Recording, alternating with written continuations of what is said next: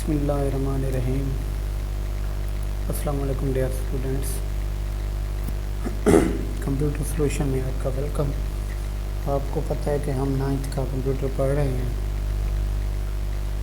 اور جس میں ہم آج اس کا ایک انتہائی اہم ٹاپک پڑھنے جا رہے ہیں جو کہ ہے کمپیوٹر جنریشنز، یعنی کمپیوٹر کی جنریشنز ہم نے پڑھنی ہے۔ یہ اہم بھی ہے اور اس میں سے MCQs بھی بنتی ہیں۔ اس کے ساتھ ساتھ اس میں اپنا شارٹ کویسچن بھی بنتے ہیں۔ تو یہ آپ کو نظر آ رہا ہے، یہ کمپیوٹر جنریشن والا، یہ میں یہاں پہ لکھ بھی دوں کہ یہ امپورٹنٹ کویسچن ہے۔ یہ کویسچن ایگزام کے لحاظ سے بہت اہم ہے اور ہم اس کو جب کمپٹیٹیو ایگزامس میں تیاری کرتے ہیں تو وہاں بھی اس کے کچھ نہ کچھ چیزیں پوچھی جاتی ہیں۔ سب سے پہلے اس کی پہلی جنریشن پڑھیں گے جو کہ ویکیوم ٹیوبس پہ مشتمل تھی۔ اس میں ہم نے جو پوائنٹس ذہن میں رکھنے ہیں وہ کون کون سے ہیں، ان کو میں انڈر لائن کرتا جا رہا ہوں، آپ نے اچھی طرح سے وہ نوٹ ڈاؤن کر لینے ہیں۔ تو پہلی جنریشن شروع کرتے ہیں، جیسے کہ یہ ویکیوم ٹیوب آپ کو نظر آ رہی ہے، ڈائیگرام بنی ہوئی ہے۔ اس میں جہاں اس نے لکھا ہے کہ ویکیوم ٹیوبس استعمال کی جاتی تھیں، پھر جو مٹیریل ہمیں ضرورت ہوتا تھا کمپیوٹر کو بنانے کے لیے، یا جو ہمیں اس کی مہارت اس کے لیے چاہیے تھی، ان دونوں کی وجہ سے جو ویکیوم ٹیوبس تھیں وہ بہت مہنگی تھیں۔ یعنی یہ پوائنٹ آپ نے ذہن میں رکھنا ہے۔ پھر ویکیوم ٹیوبس کا ایک یہ نقصان تھا کہ یہ گرم ہو جاتی تھیں اور جل جاتی تھیں کیونکہ ان میں سے حرارت خارج ہوتی تھی بڑی مقدار میں۔ اور ایک بات آپ نے یہ ذہن میں رکھنی ہے کہ جو پہلی جنریشن تھی اس کے جو کمپیوٹر تھے یہ بڑے سائز کے تھے، بہت بڑے تھے، اور ان کے لیے بڑے بڑے رومز کی ضرورت ہوتی تھی، اور وہ رومز ایئر کنڈیشنڈ ہوتے تھے۔ کیونکہ جو ویکیوم ٹیوبس تھیں وہ حرارت خارج کرتی تھیں۔ تو یہاں بھی یہ پوائنٹس لکھے ہوئے ہیں۔ پھر اس دور کے جو اہم کمپیوٹر تھے ENIAC اور یونیویک فسٹ، یہ دو بڑے اہم کمپیوٹر تھے پہلی جنریشن کے۔ اب ان دونوں کو ذرا پڑھ لیتے ہیں کہ یہ کیا تھے، کس قسم کے تھے، ذرا ان کو بھی دیکھ لیتے ہیں۔ تو ان کو دیکھنے کے لیے میں ذرا اس کو سکرول ڈاؤن کر لیتا ہوں تاکہ ہم ان کو اچھی طرح سے سمجھ سکیں۔ اور میں ایسا کرتا ہوں کہ یہ جو اب اوور رائٹ لگ رہا ہے ان کو میں اریز کر لوں تاکہ آپ کو جو پوائنٹس ہیں وہ اچھی طرح سے سمجھ میں آ سکیں۔ تو ENIAC جو تھا، یہ جو پہلے والا ہے، اس کا مخفف کیا تھا؟ Electronic numerical integrator and calculator. مطلب ای سے یہ جو پہلے ای لکھا ہوا ہے اس سے الیکٹرانک ہو گیا، این سے ہو گیا نومیریکل، آئی سے ہو گیا انٹیگریٹر، اینڈ سی سے ہو گیا کیلکولیٹر۔ یہ چیز جو تھی یہ اس کی ایبریویشن ہے، یعنی مخفف ہے۔ اب ذرا اس کی ڈیٹیل پڑھتے ہیں۔ انہوں نے یہ لکھا ہے کہ ENIAC پہلا عام مقصدی، یعنی عام مقصد کے لیے جو تھا الیکٹرانک ڈیجیٹل کمپیوٹر تھا، یہ ٹھیک ہے نا، یعنی یہ الیکٹرانک ڈیجیٹل کمپیوٹر تھا، یہ آپ نے یاد رکھنا ہے، اور یہ عام مقصد کے لیے استعمال ہوتا تھا، جس کو 1942 میں جان ولیم ماؤکلی، یہ ایک بندہ، اور جان ایکریٹ، دو بندے، یعنی دو بندوں نے اس کو ڈیزائن کیا تھا، یعنی جو اس کو بنایا تھا اس کا ڈیزائن، وہ کون کون سے تھے؟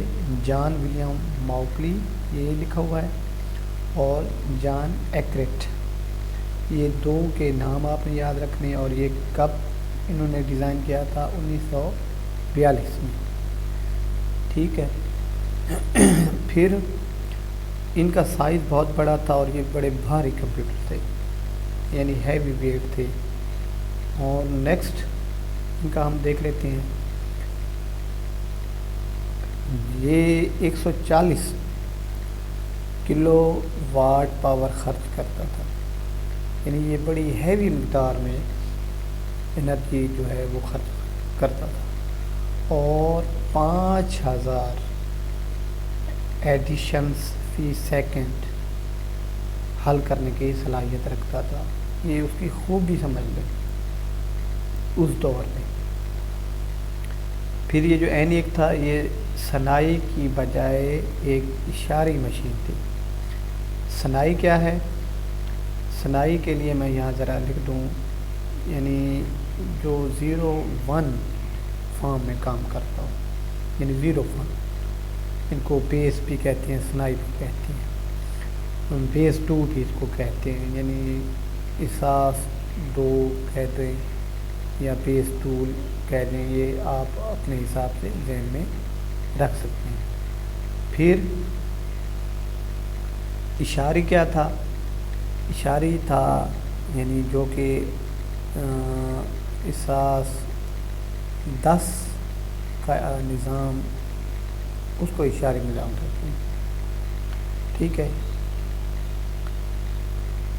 پھر اسی وجہ سے، یعنی یہ جو اشاری مشین تھی، اسی وجہ سے اعداد کو اشاری شکل میں ظاہر کیا جاتا تھا۔ پہلے اس سے پہلے اشاری شکل میں بندہ نہیں لکھ سکتا تھا، تو اس وجہ سے لکھا جاتا تھا، اور حساب کو اشاری سسٹم میں پرفارم کیا جاتا تھا۔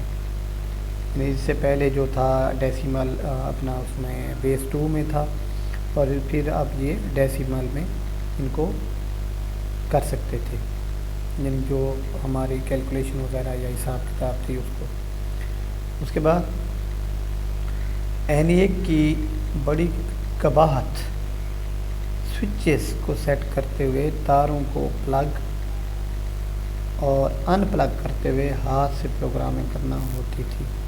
مطلب اس کی ایک یہ ذرا سمجھ لیں کہ ذرا تکلیف ہوتی تھی، ذرا ورک کرنا پڑتا تھا کہ جو اس کی تاریں تھیں اس کو لگانے کے لیے پلگ، اس کو پلگ کہتے ہیں، اور تاروں کو اتارنے کے لیے یعنی نکالنے کے لیے باہر ان کو ان پلگ کہتے ہیں۔ ان کو ان دونوں سسٹم کو کرنے کے لیے ہاتھ سے پروگرامنگ کرنا ہوتی تھی۔ تو یہ ذرا اس کا تھا کہ اس کی پروگرامنگ بھی کرنا پڑتی تھی پلگ اور ان پلگ کے لیے، ٹھیک ہے۔ اب نیکسٹ جو دوسری ٹائپ تھی، ہم ذرا اس کو بھی دیکھ لیتے ہیں، اور وہ تھی یونی ویک، یہ نمبر 2 پہ۔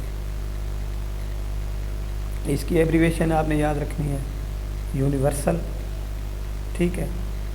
مطلب یہ جو پہلے UNIV جو لکھا ہوا ہے، یعنی یہ 4 جو اس کے حروف ہیں UNIV،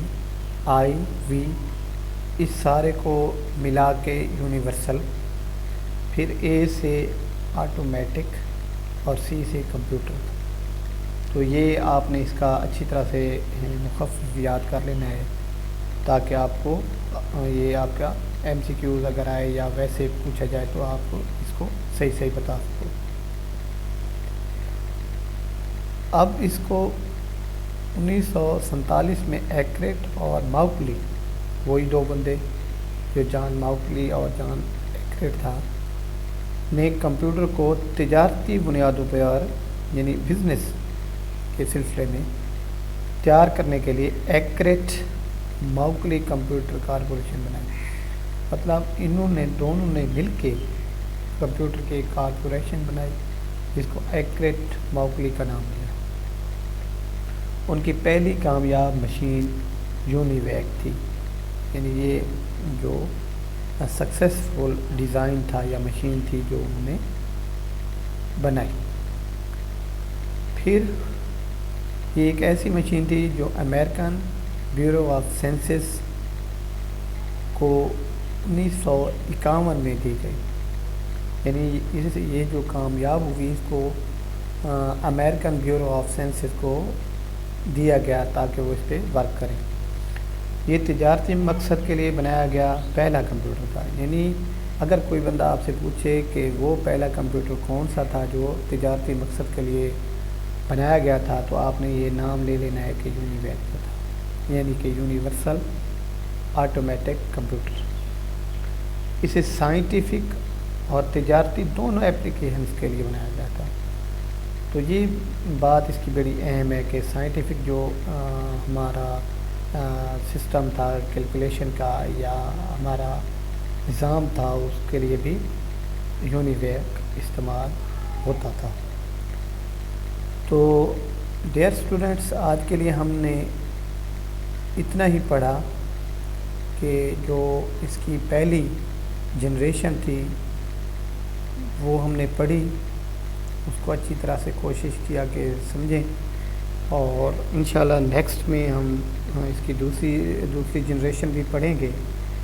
تو کچھ اسٹوڈنٹس یہ کہتے ہیں کہ سر یہ آپ ہمیں ایسا کیا کریں کہ تھوڑا ہیوی مقدار میں یعنی کہ زیادہ پڑھا دیا کریں تاکہ ہم ان کو اچھی طرح سے تیار کریں. اس چیز کو مد نظر رکھتے ہوئے میں نے یہ ڈیسائیڈ کیا کہ نیکسٹ جو کچھ لیکچرز ہوں گے ان کو میں اچھی طرح سے آپ کو ذرا زیادہ مقدار میں پڑھاؤں تاکہ آپ کی اس کے لیول کے حساب سے آپ کو آہستہ آہستہ زیادہ پڑھاتا ہوں. تو نیکسٹ ویڈیو کے لیے میرے ساتھ رہیے. اللہ حافظ.